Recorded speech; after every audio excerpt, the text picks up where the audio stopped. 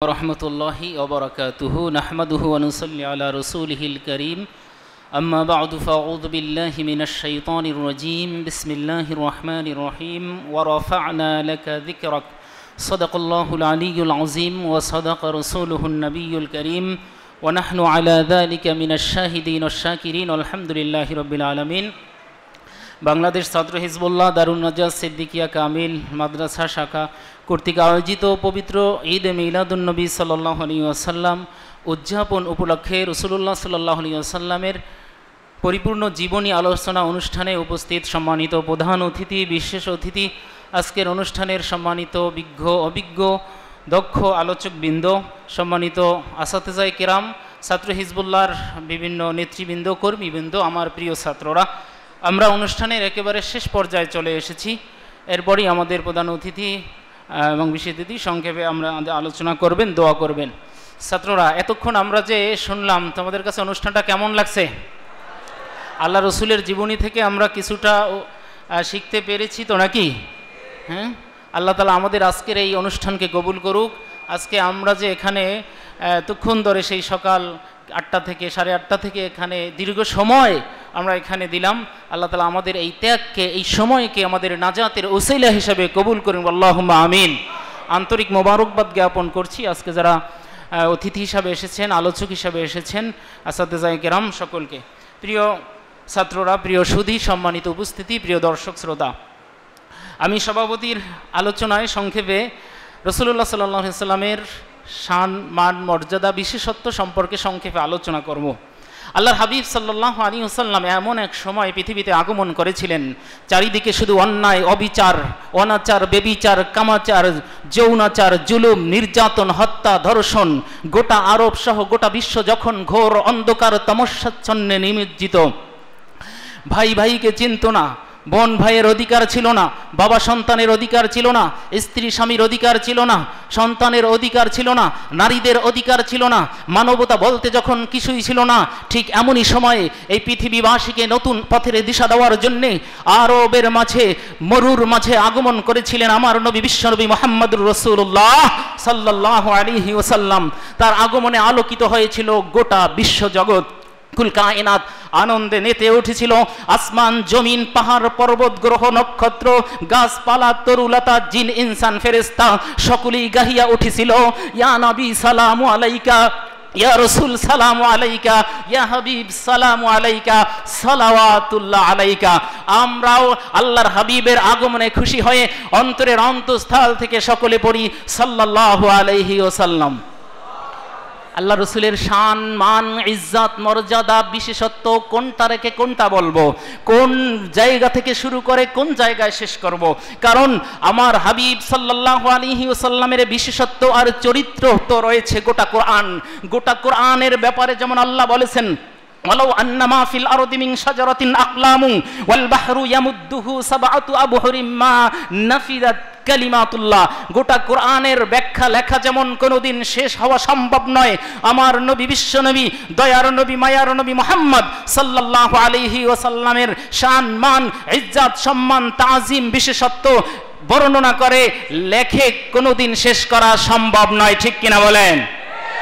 কোন লেখকের লেখা, কোন কবির কবিতা, কোন ইতিহাসের ইতিহাস, কোন বিজ্ঞানীর বিজ্ঞান, কোন দার্শনিকের দর্শন, কেউ কোনোদিন দর্শন শাস্ত্রে, কবিতা শাস্ত্রে, লেখনী শাস্ত্রে, ইতিহাস শাস্ত্রে কোনোভাবেই আমার নবীর সৌন্দর্য, আমার নবীর বিশেষত্ব, আমার নবীর চরিত্র, আমার নবীর শান, মান, ইজ্জত বর্ণনা করে কোনোদিন শেষ করতে পারবে না, ঠিক কিনা বলেন? কবি হাসান বিন সাবিত রাদিয়াল্লাহু তাআলা আনহু শুধু এক কথাই বলে দিয়েছেন, ওয়া আহসানু মিনকা লাম তারা কাত্তু আইনি ওয়া আজমালু মিনকা লাম তালিদিন নিসা খুলিকতা মুবাররাআম মিন কুল্লি আইবিন কাআন্নাকা ক্বাদ খুলিকতা কামা তাশা। বিশ্ববিখ্যাত ফারসি কবি আল্লামা শাইখ আস-সাদি রাহিমাহুল্লাহ তিনি এক কথায় বলে দিয়েছেন, ইয়া সাহিবাল জামাল ওয়া ইয়া সাইয়্যিদাল বাশার মিন ওয়াজহিকাল মুনীর লাকাদ নাওয়ারাল কমার লা ইউমকিনুস সামাউ কামা কানা হাক্কুহু লা ইউমকিনুস সানাউ কামা কানা হাক্কুহু বাদ আজ খুদা বুজুর্গ তুই কিসসা মুখতাসার।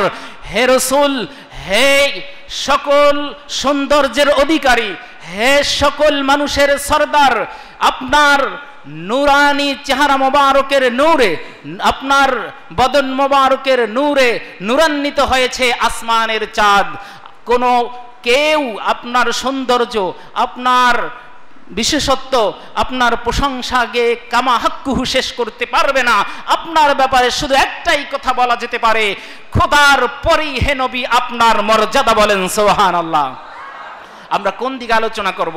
আল্লাহ রসুলকে আল্লাহ সব দিক দিয়ে শ্রেষ্ঠত্ব দিয়েছেন, সৃষ্টিগত দিক দিয়ে আবার নবুয়তগত দিক দিয়ে। আল্লাহ রসুল সাল্লাল্লাহু আলাইহি সাল্লামকে আল্লাহ তাআলা সর্বপ্রথম সৃষ্টি করেছেন, নূরে মুহাম্মাদিকে সৃষ্টি করেছেন। সেখান থেকে নূরে মুহাম্মাদিকে আল্লাহ সুবহানাহু ওয়া তাআলা আদমের পেশানিতে দিলেন।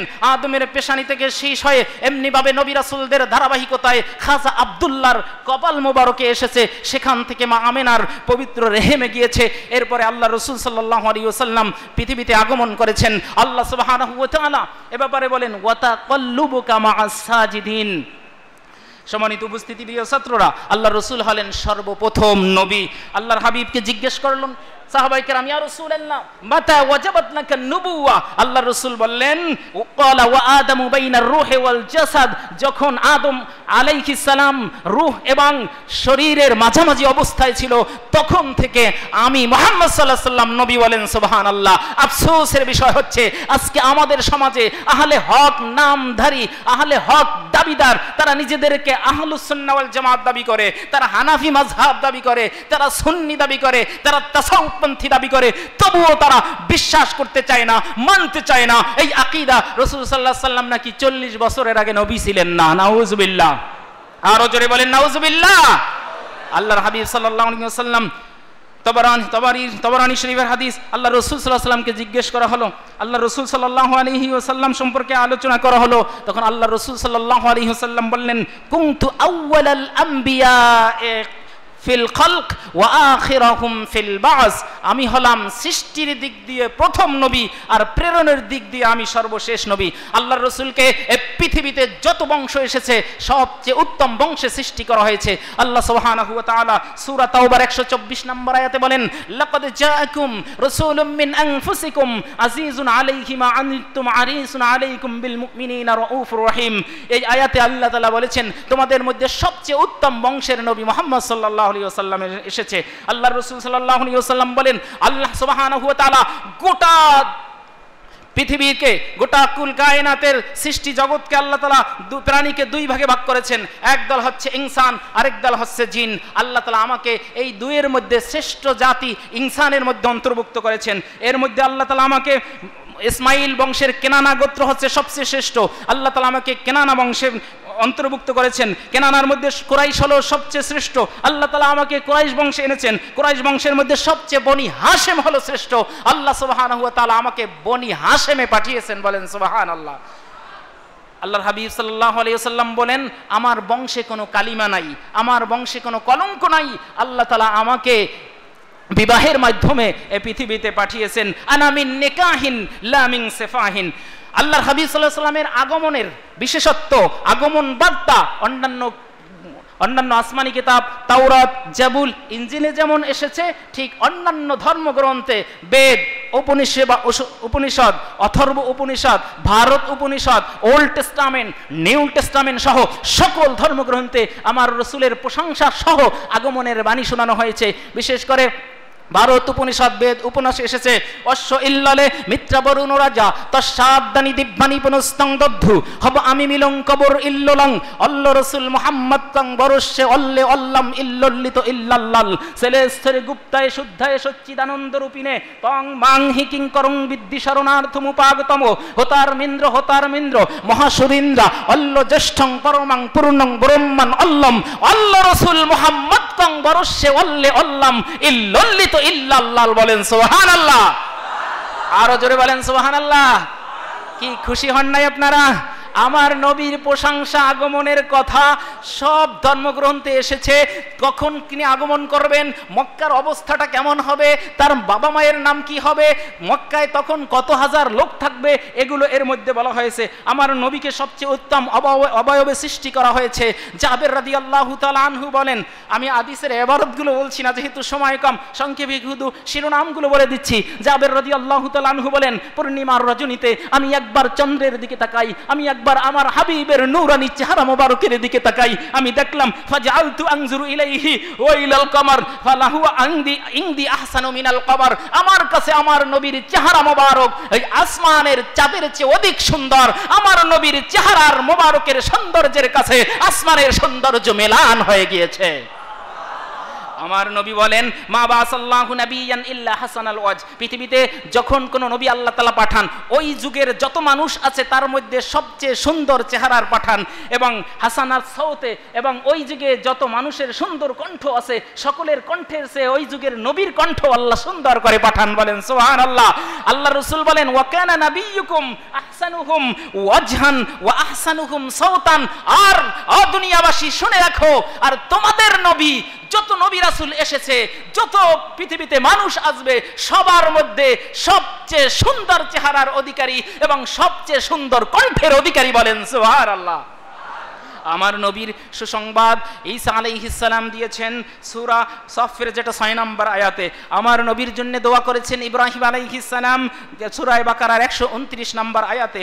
আমার নবীর প্রতি ঈমান আনয়নের স্বীকৃতি নিয়েছেন আল্লাহ সুবহানাহু ওয়া তাআলা পূর্বের সকল নবী রাসূলদের। সূরা আলে ইমরানের 81 নম্বর আয়াতে আল্লাহ সুবহানাহু ওয়া তাআলা বলেন ওয়া ইয আখাযাল্লাহু মিসাকান নাবিয়্যিনা লামা আতাইতুকুম মিন কিতাবিন ওয়া হিকমা সুম্মা জাআকুম রাসূলুম মুসাদ্দিকুল লিমা মাআকুম লাতু'মিনুন্না বিহি ওয়া লাতানসুরুন্না ক্বালা আ'আকরারতুম ক্বালু আ'আকরারনা ক্বালা ফাশহাদু ওয়া আনা মাআকুম মিনাশ শাহিদিন।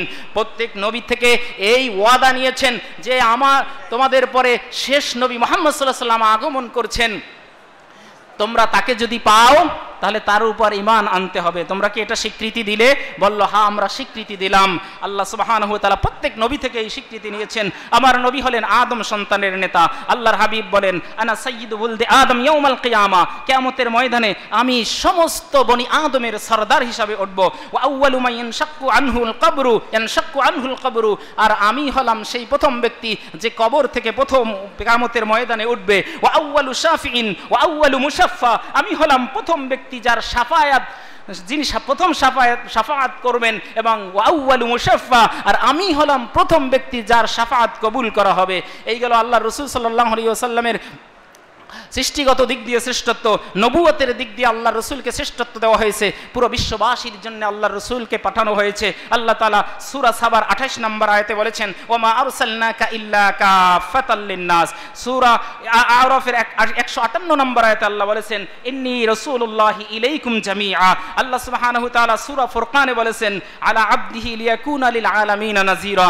আল্লাহর রাসূলকে বিশ্ববাসীর জন্য রহমত স্বরূপ পাঠানো হয়েছে। ওয়া মা আরসালনাকা ইল্লা রাহমাতাল লিল আলামিন। আল্লাহর হাবিব সাল্লাল্লাহু আলাইহি ওয়াসাল্লাম প্রত্যেক জাতির জন্য হেদায়েত। বলেন সুবহানাল্লাহ। আমরা জানি প্রত্যেক কওমের জন্য একজন নবী আল্লাহ পাঠিয়েছেন, কিন্তু আল্লাহ তাআলা কোরআনুল কারীমে বলেন ইন্নামা আনতা মুনজিরুন ওয়া লিকুল্লি কওমিন হাদ। এই আয়াতের ব্যাখ্যায় মুফাসসিরিন কিরাম বলেছেন প্রত্যেক জাতির জন্য আল্লাহ হেদায়েতকারী পাঠিয়েছেন। হে রাসূল আপনি হলেন মুনজির ওয়া লিকুল্লি কওমিন হাদ, প্রত্যেক জাতির জন্য হেদায়েতকারী। এর আরেকটি ব্যাখ্যা হচ্ছে আল্লাহর হাবিব সাল্লাল্লাহু আলাইহি ওয়াসাল্লামকে আল্লাহ সুবহানাহু ওয়া তাআলা সকল যুগের নবী রাসূল এবং তাদের উম্মতদের জন্য হেদায়েতকারী বানিয়েছেন। বলেন সুবহানাল্লাহ। নবী রাসূলকে কিভাবে হেদায়েত দিয়েছেন? রূহের জগতে আমার আল্লাহ সুবহানাহু ওয়া তাআলা আলামে আরওয়াহে যখন সকল নবী রাসূলকে প্রশ্ন করেছিলেন, সকল রূহকে প্রশ্ন করেছিলেন আলাস্তু বিরব্বিকুম, আমি কি তোমাদের রব নই? এই প্রশ্ন করেছিলেন কিনা? জোরে বলতে হবে, করেছিলেন কিনা? কারো উত্তর জ্বালা ছিল না। গোটা রূহের জগৎটা স্তব্ধ হয়ে গিয়েছিল। প্রথম যার কণ্ঠ থেকে উচ্চারিত হয়েছিল হ্যাঁ আপনি আমাদের রব, তিনি আমার নবী বিশ্বনবী মুহাম্মদুর রাসূলুল্লাহ সাল্লাল্লাহু আলাইহি সাল্লাম। তারা দেখা দেখি সকল নবী রাসূল এবং সবাই বলেছিলেন হ্যাঁ আপনি আমাদের রব। আল্লাহর রাসূল সাল্লাল্লাহু আলাইহি সাল্লাম সর্বশেষ নবী। সূরা আহজাবের 40 নম্বর আয়াত যেটা আমরা জানি মা কানা মুহাম্মাদুন আবা হাদিম মির রিজালিকুম আয়াত। আল্লাহর হাবিব সাল্লাল্লাহু আলাইহি সাল্লামের বিশেষত্ব হলো পবিত্র কোরআনুল কারীমে আল্লাহ সুবহানাহু ওয়া তাআলা অন্যান্য নবী রাসূলদেরকে নাম ধরে ডাকিয়েছেন ইয়া ইয়াহইয়া, ইয়া মূসা, ইয়া ঈসা, ইয়া ইব্রাহিম, ইয়া ইসমাঈল, ইয়া ইয়াকুব, ইয়া নূহ, ইয়া হুদ। কিন্তু আল্লাহ সুবহানাহু ওয়া তাআলা কেমন তাজিম করেছেন আমার নবীকে, কেমন সম্মান দিয়েছেন আমাদেরকে শেখানোর জন্য যে আল্লাহ সুবহানাহু ওয়া তাআলা তার নবী মুহাম্মদ সাল্লাল্লাহু আলাইহি সাল্লামকে কোথাও পবিত্র কোরআনুল কারীমে নাম ধরে ডাকেন নাই। তিনি বলেছেন ইয়া আইয়ুহার রাসূল ইয়া আইয়ুহান নবী, আল্লাহ রাসূল সাল্লাল্লাহু আলাইহি ওয়াসাল্লামের আরেকটি বিশেষত্ব হলো শয়তান আল্লাহর হাবিবের সূরত ধরতে পারে না, আকৃতি ধরতে পারে না। ফা ইন্নাশ শাইতানা লা ইয়াতামাসসালু বি, সহিহ মুসলিমের 2666 নম্বর হাদিস। আল্লাহ রাসূল সাল্লাল্লাহু আলাইহি ওয়াসাল্লামের আল্লাহ তাআলার যেমন 99টি গুণবাচক নাম রয়েছে, আল্লাহ রাসূল সাল্লাল্লাহু আলাইহি ওয়াসাল্লামের এরকম অসংখ্য, কেউ কেউ বলেছেন প্রায় 1000 গুণবাচক নাম রয়েছে, বলেন সুবহানাল্লাহ। আল্লাহর হাবিব সাল্লাল্লাহু আলাইহি ওয়াসাল্লামের নাম মোবারক শুনলে দুরূদ শরীফ পড়তে হয়, প্রত্যেক শ্রোতার উপর দুরূদ শরীফ পড়া তখন ওয়াজিব হয়ে যায়। আল্লাহ রাসূল সাল্লাল্লাহু আলাইহি ওয়াসাল্লাম বলেছেন, আল বাখিলু মান যুকিরতু ইনদাহু ফালাম ইউসাল্লি আলাইয়া, সবচেয়ে প্রকৃত একেবারে হারকিপটা হচ্ছে ওই ব্যক্তি যার সামনে আমার নাম নেওয়া হলো, সে আমার প্রতি দুরূদ পড়লো না। সম্মানিত উপস্থিতি, আল্লাহ রাসূলের আরেকটি বিশেষত্ব হলো আল্লাহ রাসূল সাল্লাল্লাহু আলাইহি ওয়াসাল্লাম যেই রওজা শরীফে শুয়ে আছেন সেখানে আল্লাহ রাসূল সাল্লাল্লাহু আলাইহি ওয়াসাল্লাম সেই মেম্বার শুয়ে আছেন, তার রওজা এবং মেম্বার ঘর যে ছিলেন তার মাঝখানের জায়গাটা রিয়াজুল জান্নাহ, যেখানে জান্নাত বলা হয়েছে, জান্নাতের বাগান বলা হয়েছে। আল্লাহ রাসূল সাল্লাল্লাহু আলাইহি ওয়াসাল্লাম ইসরা এবং মেরাজ আল্লাহ তাআলা ঘটিয়েছেন, অন্যান্য কোনো নবী রাসূলকে আল্লাহ তাআলা এইরকম তিনি আরশে নেন নাই, এবং আল্লাহর হাবিব সাল্লাল্লাহু আলাইহি ওয়াসাল্লামকে যেমন দিদার দিয়েছেন অন্যান্য নবী রাসূলকে যেমন দিদার দেন নাই। আল্লাহ রাসূল সাল্লাল্লাহু আলাইহি ওয়াসাল্লামকে চিরস্থায়ী মুজিজা কোরআন দেওয়া হয়েছে, অন্যান্য যে তাওরাত জাবুর ইনজিল এগুলো শেষ, নবী রাসূল শেষ, এদের কিতাবও শেষ, কিন্তু আল্লাহ রাসূল সাল্লাল্লাহু আলাইহি ওয়াসাল্লামের মুজিজা কোরআন চিরন্তন কিয়ামত পর্যন্ত থাকবে। আল্লাহ রাসূলকে শাফাআতের কুবরার অধিকারী করা হয়েছে, আল্লাহ রাসূল সকল আদম সন্তানদের সরদার। আল্লাহ রাসূল সাল্লাল্লাহু আলাইহি ওয়াসাল্লামকে হাউজে কাউসার দান করা হয়েছে, অর্থাৎ কাউসার দান করা হয়েছে। অন্যান্য নবী রাসূলকেও কাউসার থাকবে, কিন্তু আল্লাহ রাসূল সাল্লাল্লাহু আলাইহি ওয়াসাল্লাম সমস্ত ধরনের কাউসার দান করা হয়েছে। কিয়ামতের ময়দানে আল্লাহ রাসূলের সবচেয়ে উম্মত বেশি হবে, বলেন সুবহানাল্লাহ। অন্যান্য নবী, এমন নবী আছে যার উম্মত একজন, কয়জন? একজন, কিন্তু সবচেয়ে বেশি উম্মত কার? আমাদের নবী মুহাম্মদ সাল্লাল্লাহু আলাইহি ওয়াসাল্লামের। আল্লাহ রাসূলকে হাবিবুল্লাহ উপাধি দেওয়া হয়েছে, আল্লাহ রাসূলকে পবিত্র কুরআনুল কারীমে মাসুম বেগুনা নবী হিসেবে ঘোষণা দেওয়া হয়েছে, আল্লাহ রাসূল সাল্লাল্লাহু আলাইহি ওয়াসাল্লামকে মাকামে মাহমুদের অধিকারী হিসেবে ঘোষণা দেওয়া হয়েছে।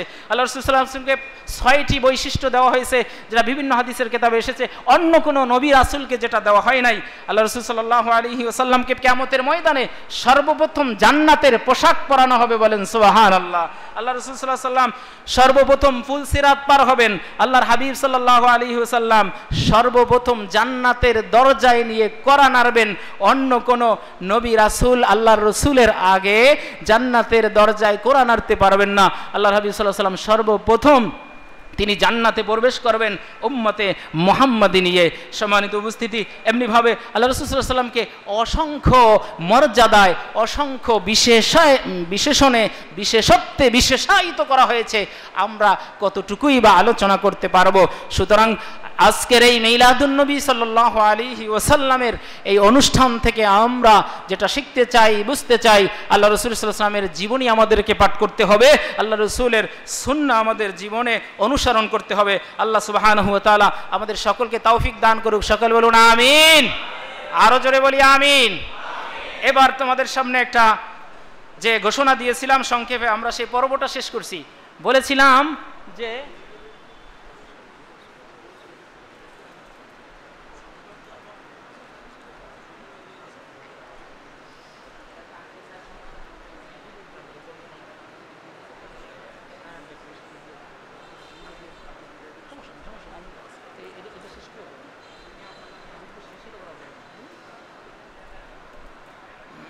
আমাদের হাতে একেবারে সময় কম, আমাদের এখনও অতিথিরা আছেন, এজন্যে আমরা বলছিলাম যে শেষে কুইজ হবে।